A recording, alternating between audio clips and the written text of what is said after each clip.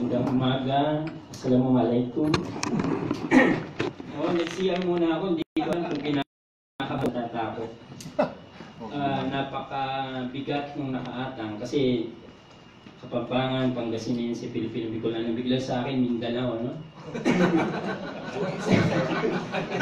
So, gaya ng sinabi ko nung unang araw, hindi ako magpapanggap na alam ko yung tanang nangyayari dun sa pulong ngayon, no? Pero susubukan ko na magbahagi ng sarili kong karanasan bilang isang taga-sentro,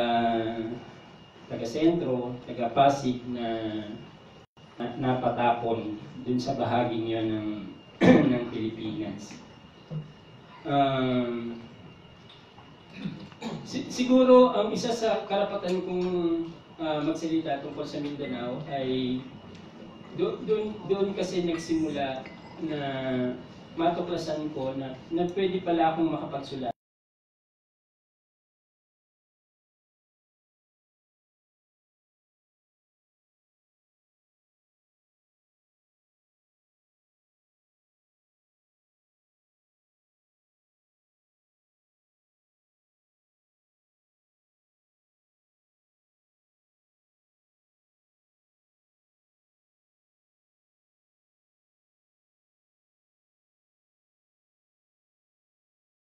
Nabasa akong isang sinulat ni Steve Jobs na maganda raw tignan yung buhay natin sa pamamagitan ng pagkoconnect sa mga dots backward, no? Pabalik. So nung naibigay nga sa akin ang papel na ito ay parang ganun yung ginawa ko. Saan ba ako talaga nagsimula? Siguro ang pinagmula ng lahat ng ito ay yung mismo mong mapadpad ako doon sa Iligan City. 20 years old ako noon, pero yun lang ang punto na nalaman ko na Tagalog pala ako. So buong buhay ko, hindi sumagi sa isip ko na Tagalog ako. So dahil nga yung mga nakakalaro mo ay pare-pareho naman, no? Nandun kami sa Pasig.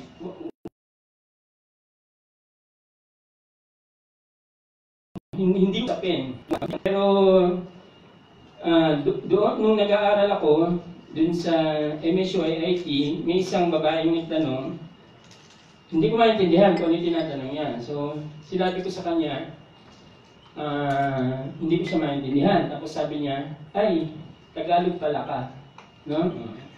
Talagang pala ka pa, Tagalog na pala ka pa. So yung instance na yon ay biglang doon ko napagtanto na, teka lang, no? May gano'n, no? Nagkaroon agad ng krisis identidad. Bukod pa sa nung pumunta nga ako sa Iligan City, na ang pangunahing wika ay Cebuano, ay culture shock agad, no? Iilan lang salita na Cebuano alam ko, kalahati pa nun mga bastos. So wala talaga, no? wala akong makausap sa katunayan. So, may makakausap pero talagang hindi matis, hindi ko naman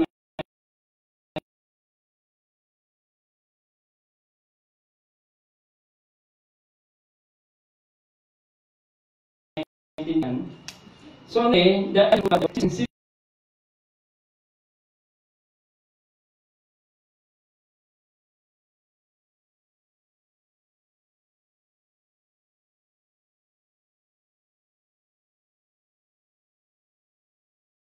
college pa noon, RTC, RTU na ngayon. So sinubukan ko, ang kurso ko kasi ay computer science. So nag-try out ako nung magkakaroon ng palakasan. Sa tingin ko naman sa top 5 sa mga nag-try out, parang pasok naman ako. No? So asang-asa talaga ako. Kaya lang,